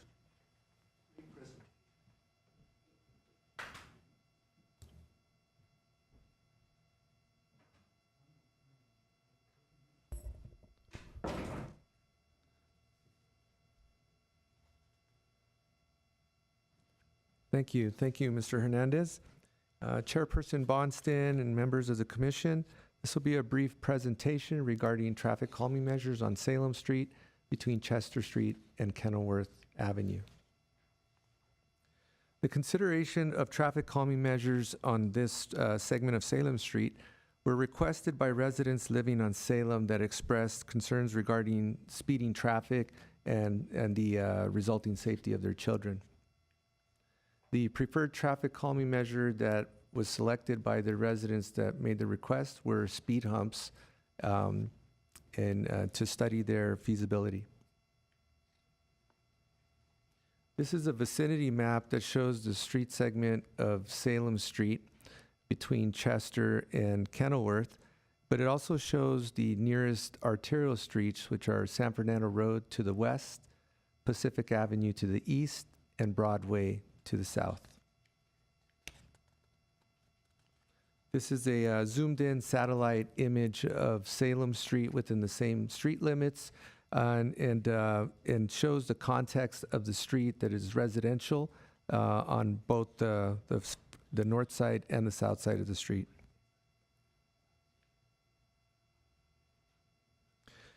These are street view pictures of Salem Street that have that show the combination of single-family and multifamily dwellings fronting both sides of the street. Parking is also allowed on both sides of the street, with limited parking restrictions on Thursdays and Fridays for street sweeping. These pictures happen to have been taken on a Friday when parking on the south side of the street was restricted, which is why we don't see parking on that south side of the street. This is now a zoomed-in street view of Salem Street looking west. And this is Salem Street looking to the east. The Neighborhood Traffic Calming Program has a two-step approach to the engineering analysis. The first step is to conduct the screening evaluation that considers, for one, the street classification of the street. Local streets, neighborhood collectors, and community collectors qualify for traffic calming measure, and Salem Street is a local street, so it does meet this criteria. And the second is that the street has to be in a residential zone. And again, Salem Street is within a residential zone. So meeting that part of the engineering analysis, the screening, we then followed through with the second part, which is conducting a more detailed engineering study that looks at the 24-hour speed and volume traffic counts. The staff conducts a field investigation to confirm the roadway characteristics such as street width, number of lanes, and the speed limit. And then all that traffic data is applied to the traffic calming criteria for the proposed traffic calming measure, which in this case are speed humps. This is a summary table of the 10 traffic calming program criteria that must be met in order to qualify for speed humps. The criteria are listed. The criteria are listed in the left column, and in the right column, it shows whether or not the criteria was met, and that's indicated by yes, and it's also highlighted in green. So as we see on this summary table, that all the subject criteria were met for Salem Street. Since all of the criteria were met, staff then prepared an exhibit that identifies the approximate locations of the speed humps, and the 2 proposed speed humps are shown on the exhibit in green. But we also see a red box, and another part of the of this process in selecting the locations is to conduct a hydrology analysis to review the potential impacts that speed humps would have on the existing storm drain and flow infrastructure. So in this case, it was found that the area within the box, the red box, was not feasible for a speed hump because of the significant impact to the drainage system.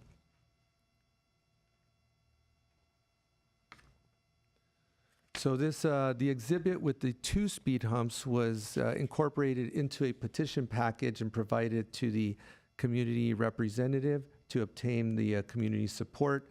That representative circulated the petition within the community and was able to get 52 out of the 69 dwelling unit signatures.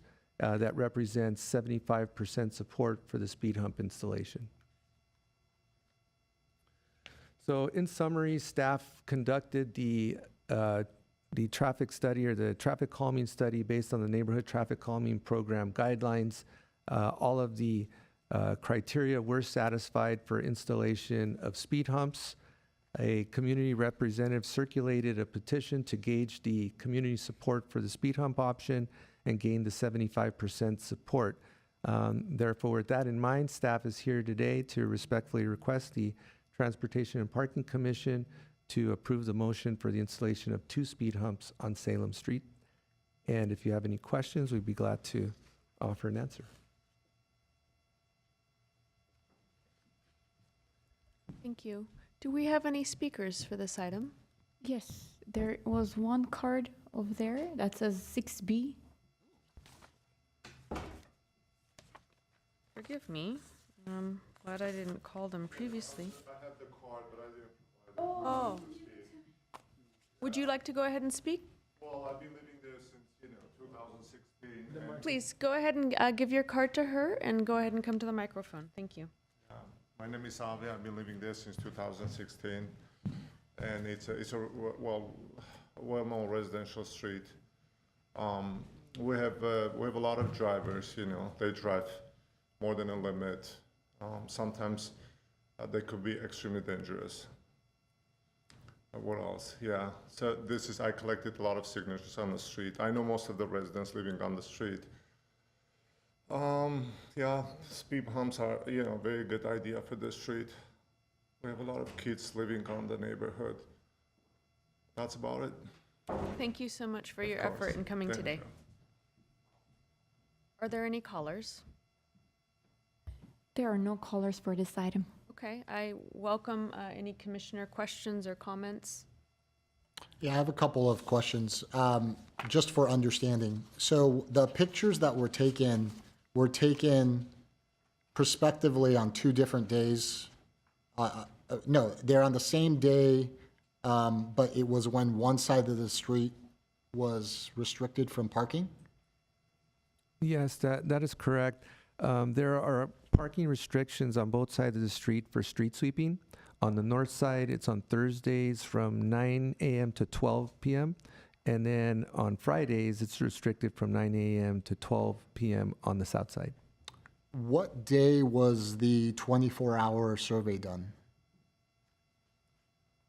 The 24-hour survey was done on a Tuesday. The specific date, if I recall correctly, was March 28th of this year. Yeah, I checked that. Yeah, and the reason why I'm asking is, obviously, if you're looking at a 24-hour period and you choose a day where one side of the street has, an eighth of that period or some percentage of that period is completely wide open, I think it might skew the information, correct? So, doing it on a day where parking's allowed on both sides of the street all day, I think would probably give a better idea of what the prevailing conditions are generally. Yes, that is correct, Commissioner Marion. Okay, thank you. Can I ask actually a question? So so 2 days out of 7, they're street sweeping, and maybe is it 4 because you trade off which side? So 4 days of the week, there's going to be one side. Chairperson Bonston, it's 2 days. On Thursday, the north side is restricted from 9 a.m. to 12 p.m. Okay. And then so people can park on the south side. Understood. And then on Fridays, it's from 9 a.m. to 12 p.m. Same hours, but now they can't park on the south side, but they can on the north side. Only a portion. Yeah, so it's 2 days for 3 hours each day. Okay, yeah, that is quite a minority of the week. And do people end up speeding more when there's not parking on one side? Chairperson Bonstein, we don't have data specifically for that, but generally when there's a wider pathway, a wider road, it could lead to higher speeds. We have had experience in parts of the city where parking was, for one reason or another, emergency response or street sweeping, prohibited on part of the street or half of the street, that it could lead to higher speeds. But in this case, again, it's 2 days for 3 hours each day, but we did make sure that the data was captured on a day without the street sweeping. Thank you.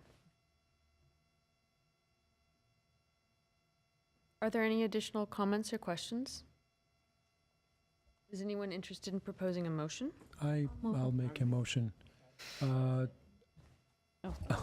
I'll make a motion to approve the 2 humps on Salem Street and go with the city proposal and okay the motion. I'll second. Okay, roll call. Chairperson Bonston?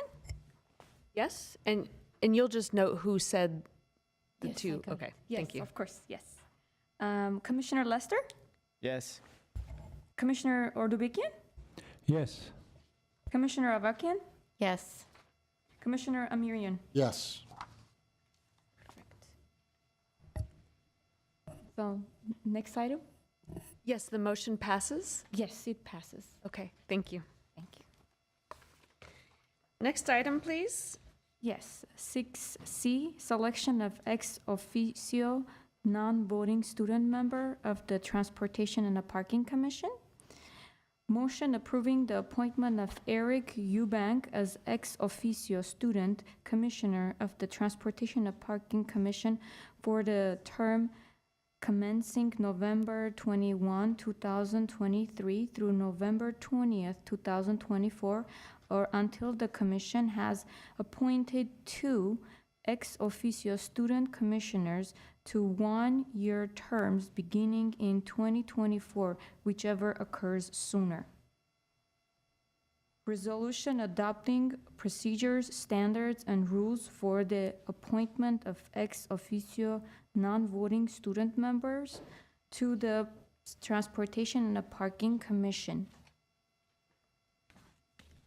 Motion selecting 2 voting members of the Transportation and the Parking Commission to serve as an ad hoc student member selection committee to screen applicants, select and interview qualified candidates, and recommend to the commission appointment of the 2 ex officio not voting student members. Thank you. It sounds like there might be a couple questions. I have a question regarding, it says 2 voting members. Are student commissioners voting members? I believe they don't vote, right? That's correct, Commissioner Vagian. Sorry. So the correction to that.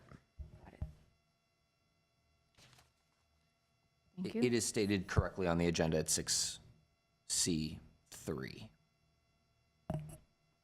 Non-voting student members. Non-voting student members. Okay, so it's 3 motions. I guess I'm making a comment. So 3 motions, the first one is really administrative in nature, insofar that we already have Eric Eubank, who is not present today, but this just approves his final 2 months of his term.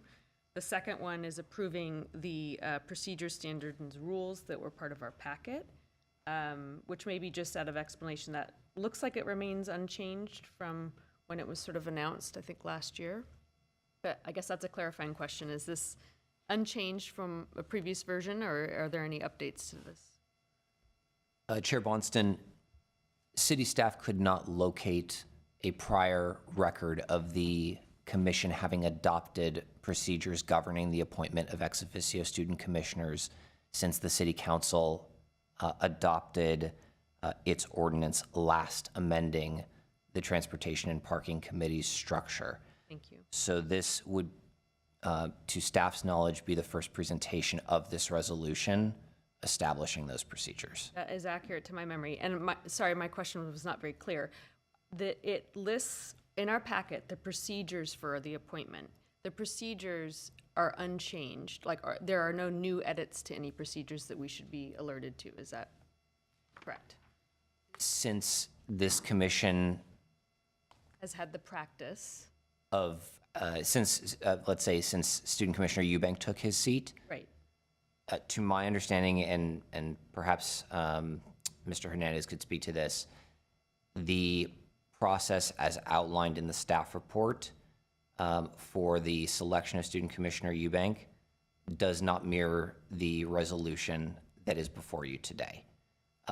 That was to my understanding, a Public Works Department-driven process, and the resolution before you today would establish an ad hoc committee of this commission to engage in the final recommendation process. Understood. So last time we were kind of provided a student representative.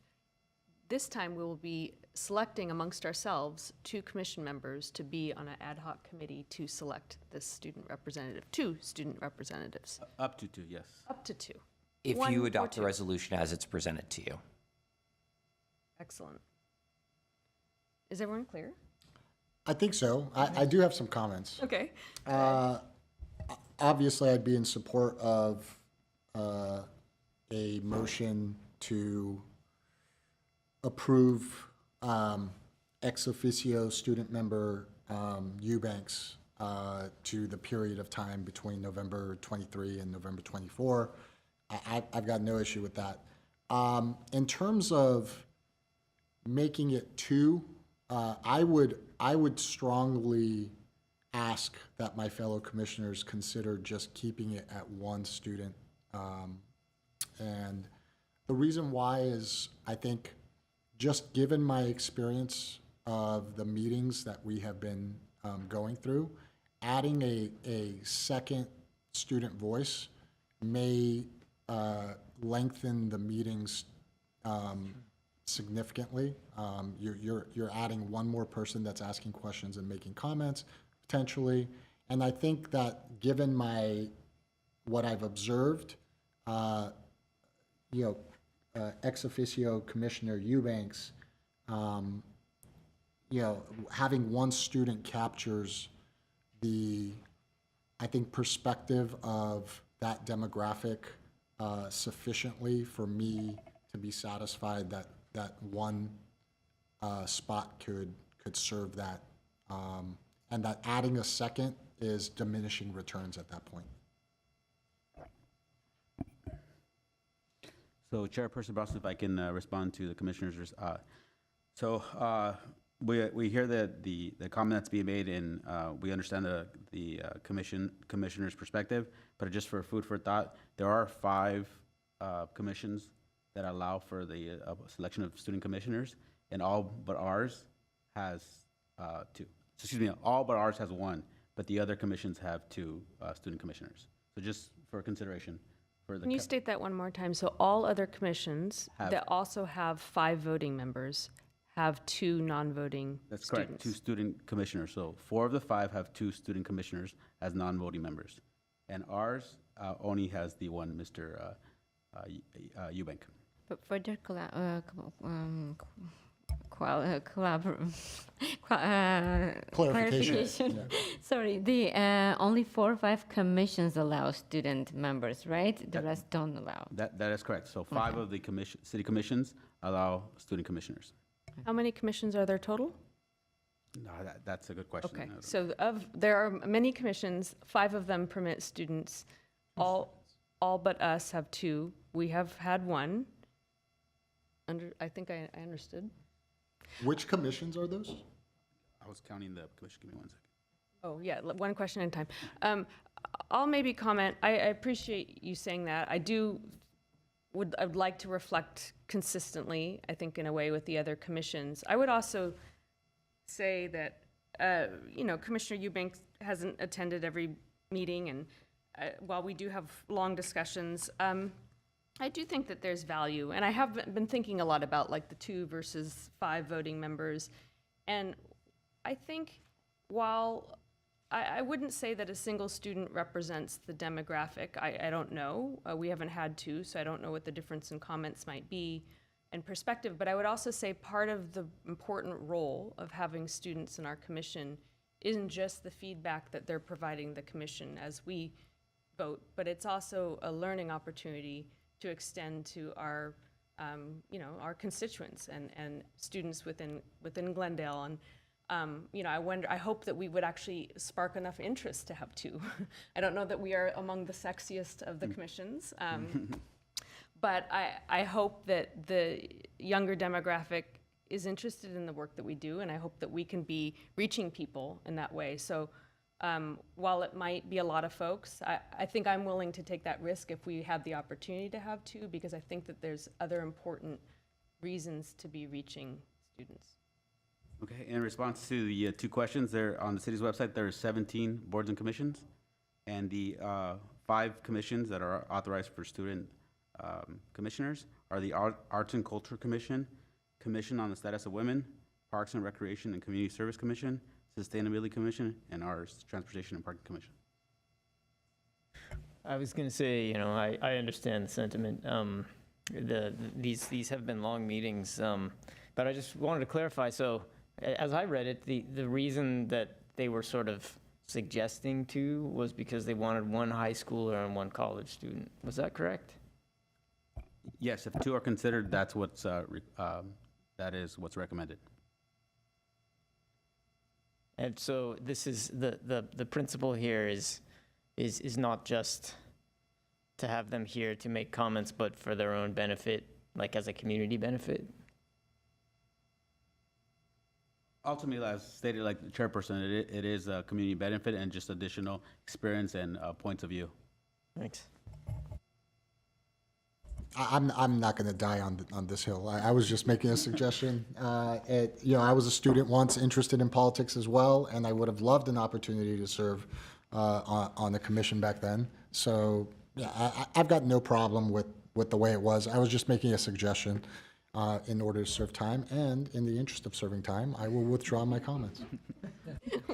I also wanted to say that I actually started my involvement with the community as a student, as part of student body, and then also served as a student trustee on a Glendale Community College board.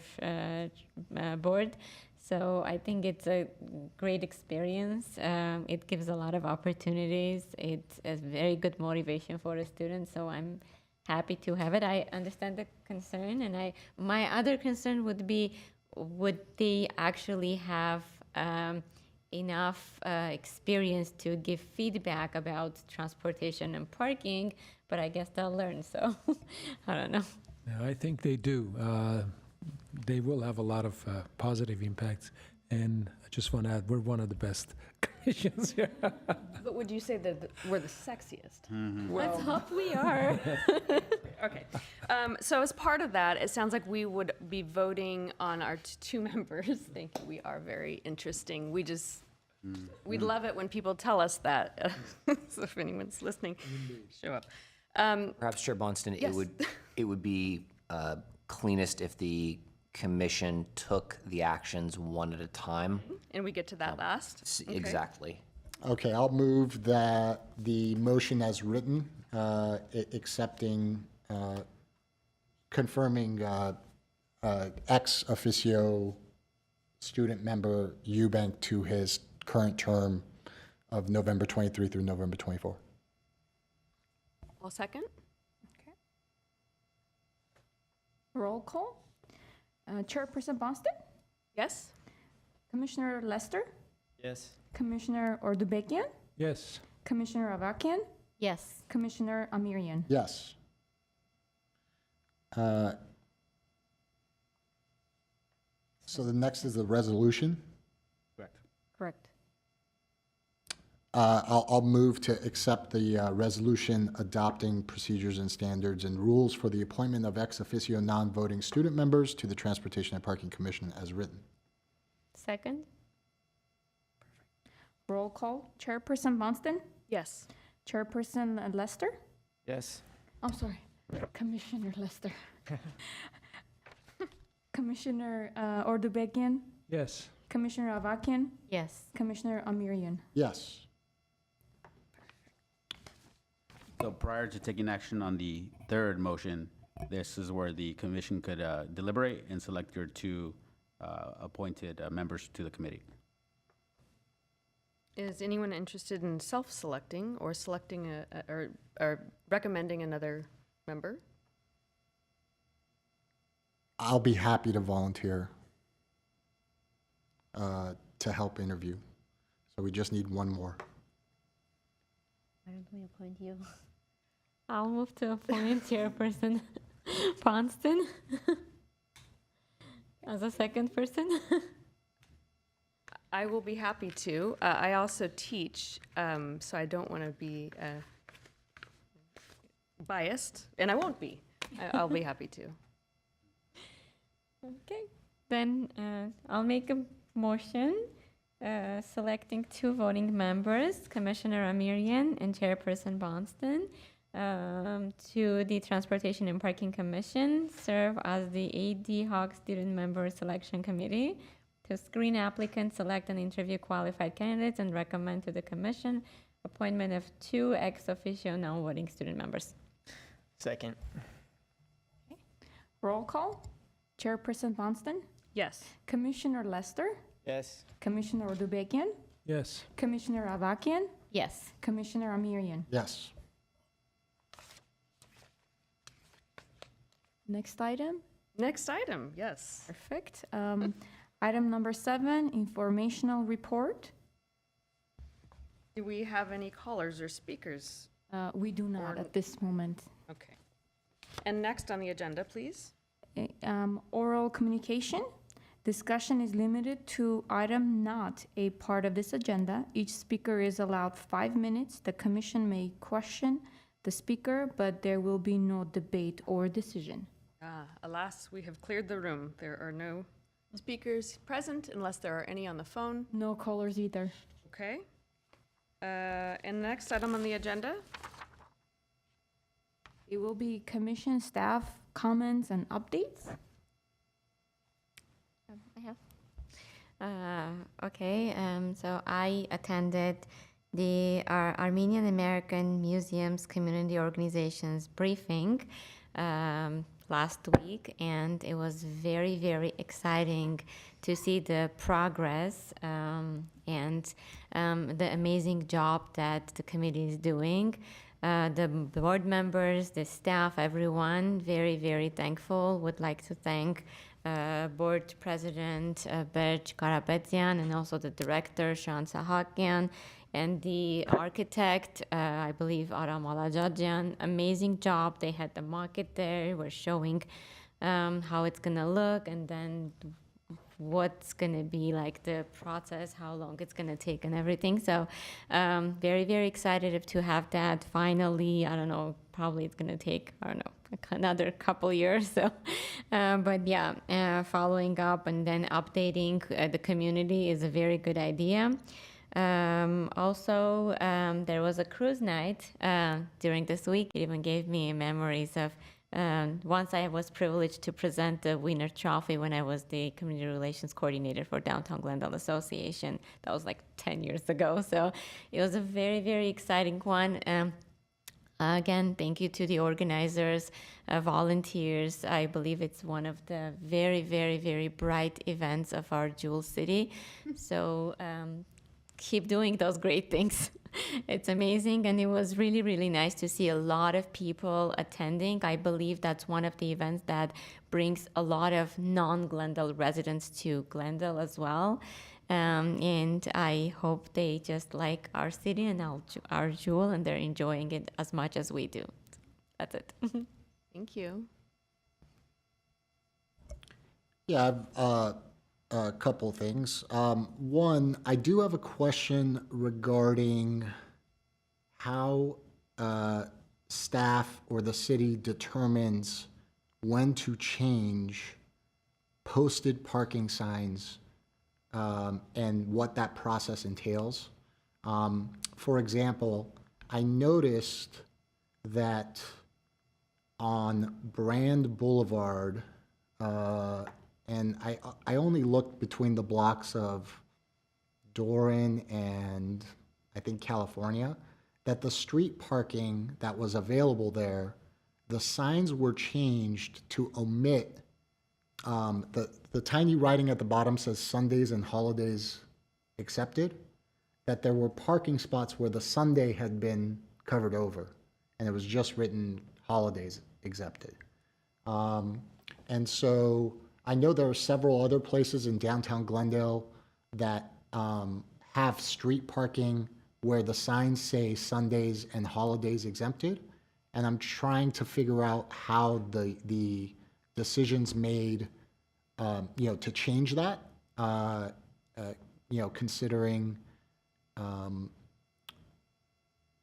considering what I've seen from parking enforcement, they are very, very focused on doing their job to the best of their ability at all times, no matter what. So if signs are changed and a resident is used to parking on Sundays, in those spots, and they're not looking at that sign, the only way they're going to learn is by getting a ticket. And I don't think that's an appropriate way for somebody to be welcome to a new parking, configuration in terms of when they can park there and when they can't. So, number one, how is that decision made? Number two, what threshold does it have to meet to come to us? And if that's even something that we are party to, giving input on. And number three, what is the procedure when those parking signs are changed in terms of, parking enforcement notifying, residents of a change? That I'm looking for that information. I do also have a question regarding the brand, the North Brand exhibition, for the bike lanes. I've been following along, not only for city council meetings, but also I've had, I don't want to exaggerate, but double-digit number of conversations with residents and stakeholders in the city regarding that project. And I'd love to get an update. I believe I asked some information about, numbers and updates and traffic, information, collisions, accidents, property damage. I've seen, property damage to some of the planters and some of the posts that are set up there. So I would love an update, if we can get an update on where that project stands and kind of what staff's perceptions are at some waypoint. I don't know how far we are into this presentation, this exhibition. But I do know that the purpose of this is going to be to take these learnings and potentially apply them to, the 20-year bicycle plan, and the 20-year pedestrian and bike plan. And I know that plan, I had some questions about regarding how many miles of Glendale Road in that plan were going to be modified in terms of either lane sizes or lane removals. I know that I didn't receive a clear answer to that question. So considering that this exhibition, this presentation, is getting a lot of feedback from the city, I would love to get an update on it, because I think it's going to affect a lot of things down the road, in terms of how things are implemented and maybe some learnings about how to communicate these types of projects, to residents, considering what the outcry was or has been up until this point that I've been hearing. I know that that's anecdotal. I'm just commenting on what I've seen during meetings, city council meetings. And then last but not least, just a quick comment on some of the craziness that's been going on the past couple weeks in our country, including a near assassination attempt of a former president, and just some of the things that lead to that sort of outcome, where there's so much divisiveness that we get to the point where extremes on either side are attempting to literally kill their political opponents. It's stuff that I've heard about, from my parents who were immigrants to this country, but it wasn't something that I was imagining, even knowing our history, it wasn't something that I was imagining, in 2024. And so I just wanted to make sure that I expressed my position that, number one, I think at a much smaller scale, a lot of people can see that different people have different opinions about things, and it's okay. That is okay. At some point, the rhetoric got to the point where people's thoughts and their statements were somehow considered to be violence on somebody. And I'm a strong proponent of the First Amendment. I believe that in any conversation and discussion between two people or a group of people, we have to be prepared to be offended in order for us to examine what our preconceived notions are and potentially be open to changing our minds. I appreciate so much the discussions that we have on this commission. I know the stakes are far lower, but we can disagree as commissioners on the scope and scale of some of the things that affect the city in terms of transportation and parking, but up until this point, I haven't seen a commissioner try to kill somebody else or, get violent as a result of that. And that's a great thing, okay?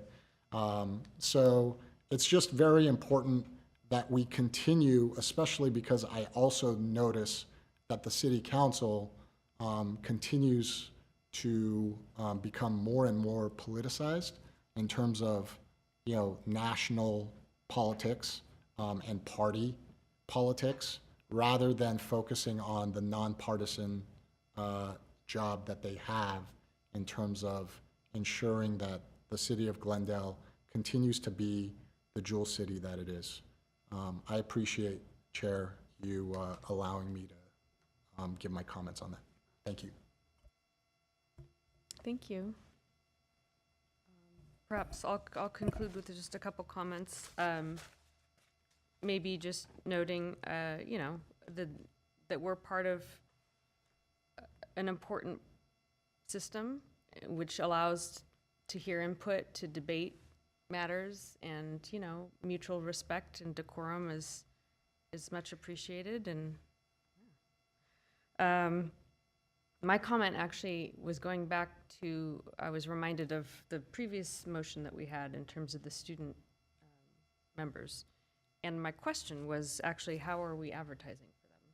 And I'm hoping that we have something at the libraries, and something on our social media. So I do follow My Glendale, which I think is doing a fabulous job of reaching people, and I'm hoping that we have a shout out there, maybe collectively with the other student members for other commissions, or maybe just ours. So it's kind of a question / comment if we are doing any form of outreach. So in terms of recruitment, we are attached to the agenda item was a flyer. So we will be broadcasting that on the city's website. We will be printing them out and putting them in different locations throughout the city. We're also going to be advertising through the City Connection. So we're going to try multiple routes to try to solicit some interest in the availability of the 2 seats.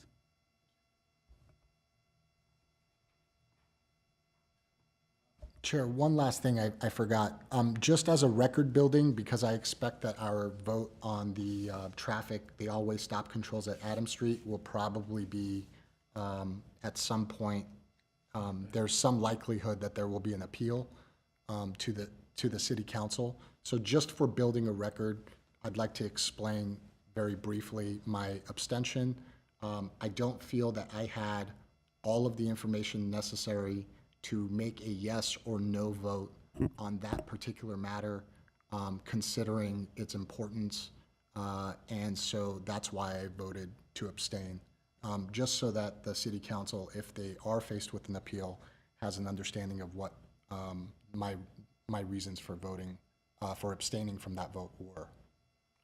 And I think staff now has a clear understanding of the scope of information that I'm looking for, at least this commissioner's looking for, in order to make informed decisions.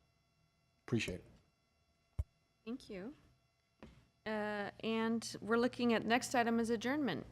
Yes. Prior to the adjournment, we did have a staff comment. Okay, great. So I did want to announce to the commission at the next regular scheduled meeting, which is scheduled for August, if we can get quorum, staff will agendize the selection of a new chairperson.